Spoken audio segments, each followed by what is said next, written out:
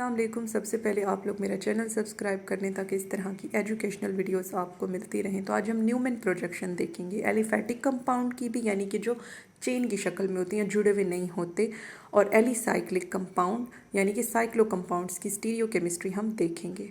तो सबसे पहले हम एलिफैटिक कंपाउंड जो कि चेन की शक्ल में होते हैं उन्हें हम देखेंगे। तो ये बहुत सिंपल सा है। अच्छा, अब ये 2D है फ़ोन की स्क्रीन, तो आपने इमेजिन करना है कि दो सर्कल हैं, एक आगे वाला है एक पीछे वाला है।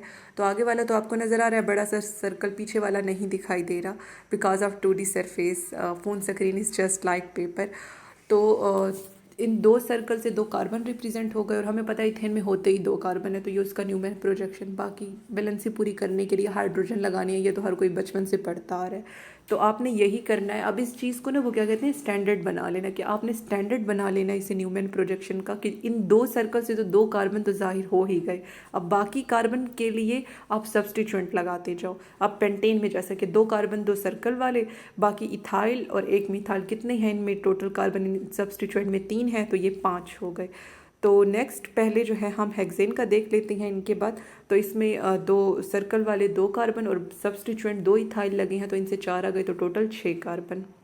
बाकी हाइड्रोजन करीब करीब होंगे तो वो चीज़ एक्लिप्स्ड होगी, दूर दूर तो वो स्टैगर्ड, वो एक अलग केस है, उसके लेक्चर्स मौजूद हैं, आपको प्लेलिस्ट में उनका लिंक जो है मिल जाएगा। अब नेक्स्ट जो थोड़े से मुश्किल होती हैं और डिफरेंट जिनकी मेथडोलॉजी होती है वो साइक्लो कंपाउंड्स होती हैं, एलिसाइक्लिक। इसे आपने जो है एरोमेटिक कंपाउंड से नहीं मिलाना। एरोमेटिक कंपाउंड वो होते हैं जिनमें बेंजीन रिंग हो, इनमें रिंग तो होता है लेकिन वो बेंजीन वाला नहीं होता।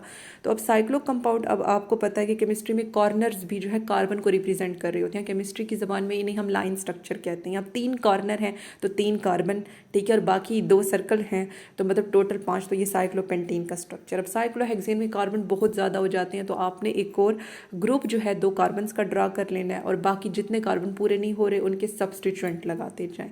और मेनली जो है प्रेफर पहले करें कि इनके मिड में आए, जो कि इन दो को जोड़ रहे हों।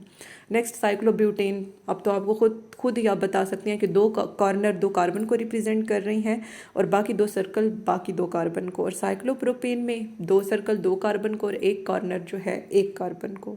तो इस तरह की न्यूमैन प्रोजेक्शन सारे ऑर्गेनिक कंपाउंड्स की को जो रिप्रेजेंट कर रही हैं, यानी कि एलिफैटिक और एलिसाइक्लिक वाली, आपको कहीं से भी नहीं मिलेंगी, लेकिन मैंने आपको प्रोवाइड कर दी है। तो चैनल सब्सक्राइब आप लाजमी करें, और अगर वीडियो अच्छी लगे तो लाइक भी। अल्लाह हाफ़िज़।